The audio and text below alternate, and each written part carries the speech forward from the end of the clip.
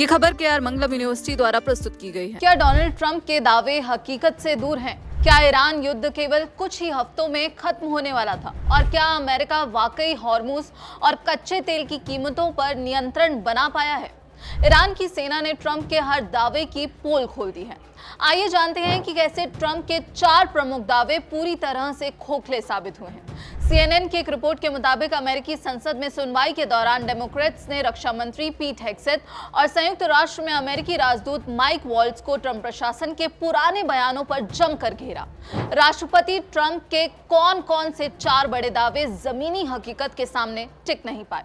पहला दावा ईरान की सैन्य ताकत को लेकर किया गया। ट्रंप के दावे की बात करें तो राष्ट्रपति ट्रंप ने इस साल कई बार दावा किया था कि ईरान की सैन्य क्षमताओं को पूरी तरह से तबाह कर दिया गया है। मार्च में कहा उनका सब कुछ खत्म हो चुका है, जिसमें उनका नेतृत्व भी शामिल है। अप्रैल में कहा वो पलटवार करने की स्थिति में ही नहीं है। मई में दावा किया कि ईरान की सेना पूरी तरह से खत्म हो चुकी है और हमने उनकी सेना को पूरी तरह तबाह कर दिया है। जुलाई की शुरुआत में ट्रंप ने दोहराया, देखिए उनके पास अब कोई सेना बची ही नहीं है। दावे की पोल कैसे खुली? ट्रंप के इन बयानों के बावजूद ईरान ने अमेरिकी बलों, क्षेत्र में अमेरिकी सहयोगियों और वाणिज्यिक जहाजों पर सैन्य हमले जारी रखे, जिनमें अमेरिकी सैनिक मारे भी गए और घायल भी हुए। हकीकत यह है कि इन हमलों से पहले ही अमेरिकी खुफिया एजेंसियों की रिपोर्ट आ चुकी थी कि ईरान के पास अभी भी काफी सैन्य क्षमता बची है और वो युद्ध में कमजोर पड़ी अपनी ताकतों को तेजी से फिर से खड़ा कर रहा है। हालांकि ट्रंप ने बीच बीच में ये स्वीकार भी किया था कि ईरान के पास कुछ मिसाइलें और ड्रोन्स हैं, लेकिन वो हमेशा यही जोर देते रहे कि ईरान का बड़ा नुकसान हुआ है। दूसरे प्रमुख दावे की बात करें तो युद्ध की समय अवधि का दावा। ट्रंप के दावे की बात करें तो युद्ध की शुरुआत में ट्रंप ने कहा था कि ये युद्ध केवल कुछ हफ्तों में खत्म हो जाएगा। मार्च की शुरुआत में डेली मेल को दिए इंटरव्यू में उन्होंने कहा यह हमेशा से लगभग 4 हफ्ते की प्रक्रिया रही है। ये एक बड़ा देश है, इसमें 4 हफ्ते या उससे कम समय लगेगा। न्यूयॉर्क टाइम्स को दिए इंटरव्यू में ट्रंप ने कहा हमारा इरादा 4 से 5 हफ्ते का था, यह ज्यादा मुश्किल नहीं होगा। मार्च के अंत में उन्होंने कहा हमने अनुमान लगाया था कि मिशन पूरा करने में लगभग 4 से 6 हफ्ते लगेंगे और हम तय समय से काफी आगे चल रहे हैं। मार्च और मई के बयान की बात करें तो मार्च में ट्रंप ने कहा कि यह बहुत जल्दी खत्म होगा और मई में दावा किया कि हम इस युद्ध को बहुत जल्दी खत्म करने जा रहे हैं। और यहाँ पर ट्रंप के दावे की फिर से पोल खुली। अमेरिका के पिछले युद्धों की तरह ये युद्ध भी राष्ट्रपति द्वारा बताए गए समय में खत्म होना तो दूर बेहद जटिल साबित हुआ है। ट्रंप द्वारा युद्ध शुरू किए जाने के लगभग 5 महीने बाद भी लड़ाई जारी है। बुधवार को तो ट्रंप ने तनाव और बढ़ाने की धमकी देते हुए कसम खाई कि अगर ईरान हॉर्मुज में किसी भी जहाज पर गोली चलाएगा तो अमेरिका ईरान के एक पुल या पावर प्लांट को तबाह कर देगा। तीसरे दावे की बात करें हॉर्मुज पर नियंत्रण का दावा।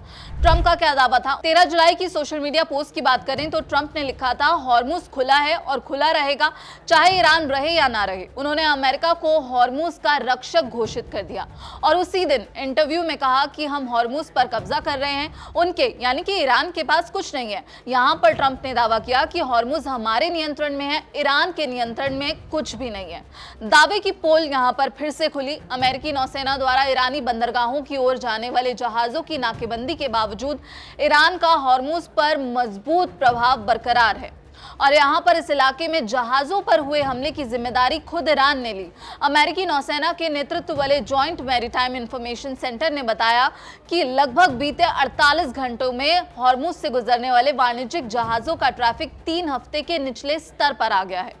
सेंटर के मुताबिक जहाजों को परेशान करने की ईरानी गतिविधियां जारी हैं और ओमान के पानी में टैंकर्स पर हुए ताजा हमलों के कारण जहाजों की आवाजाही में भारी कमी आई है।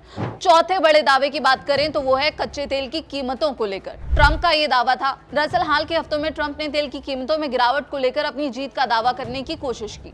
जून के अंत में सीजफायर के दौरान तेल की कीमतें काफी नीचे आ गई हैं, ये ट्रंप ने कहा और कहा कि जल्द ही ये युद्ध शुरू होने से 4 महीने पहले वाले स्तर पर आ जाएंगी।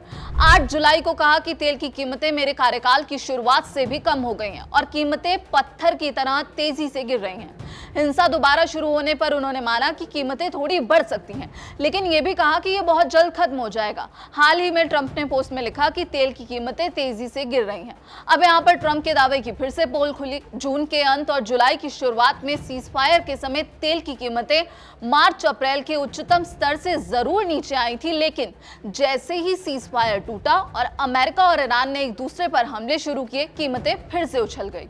बुधवार को वैश्विक बेंचमार्क ब्रेंट क्रूड 3.4% चढ़कर $94.07 प्रति बैरल पर बंद हुआ, जो 8 जून के बाद का सबसे उच्चतम स्तर है। अमेरिकी benchmark West Texas intermediate WTI crude 3% की बढ़त के साथ $86.83 प्रति बैरल पर पहुंच गया, जो 11 जून के बाद का उच्चतम स्तर है। ब्रेंट और WTI दोनों की कीमतें ट्रंप द्वारा युद्ध शुरू करने और जनवरी 2025 में उनके दोबारा पद संभालने के समय की कीमतों से भी अधिक हो चुकी हैं। इसके बावजूद जॉर्जिया में बुधवार को दिए भाषण में ट्रंप ने एक बार फिर दावा किया कि तेल की कीमतें 3 हफ्ते पहले की तरह नीचे आएंगी और उन्होंने अमेरिकी जनता से कहा कि आप मुझे बस थोड़ा सा समय दीजिए। तो ये थी ट्रंप प्रशासन के दावों और जो जमीनी हकीकत है उसकी पूरी रिपोर्ट। तो यहाँ पर जो ट्रंप लगातार कई मुद्दों पर दावे करते आ रहे हैं, भले ही वो हॉर्मुज का मुद्दा हो या फिर ईरान की सेना को लेकर हो, ईरान की सैन्य ताकत को लेकर हो या फिर तेल की कीमतों को लेकर हो, यहाँ पर ईरानी सेना लगातार अमेरिकी ठिकानों को निशाना बना रही है। मध्य पूर्व में जितने भी अमेरिका के बेस हैं, जो सैन्य बेस हैं, उन पर तबाही मचाता हुआ ईरान नजर आ रहा है।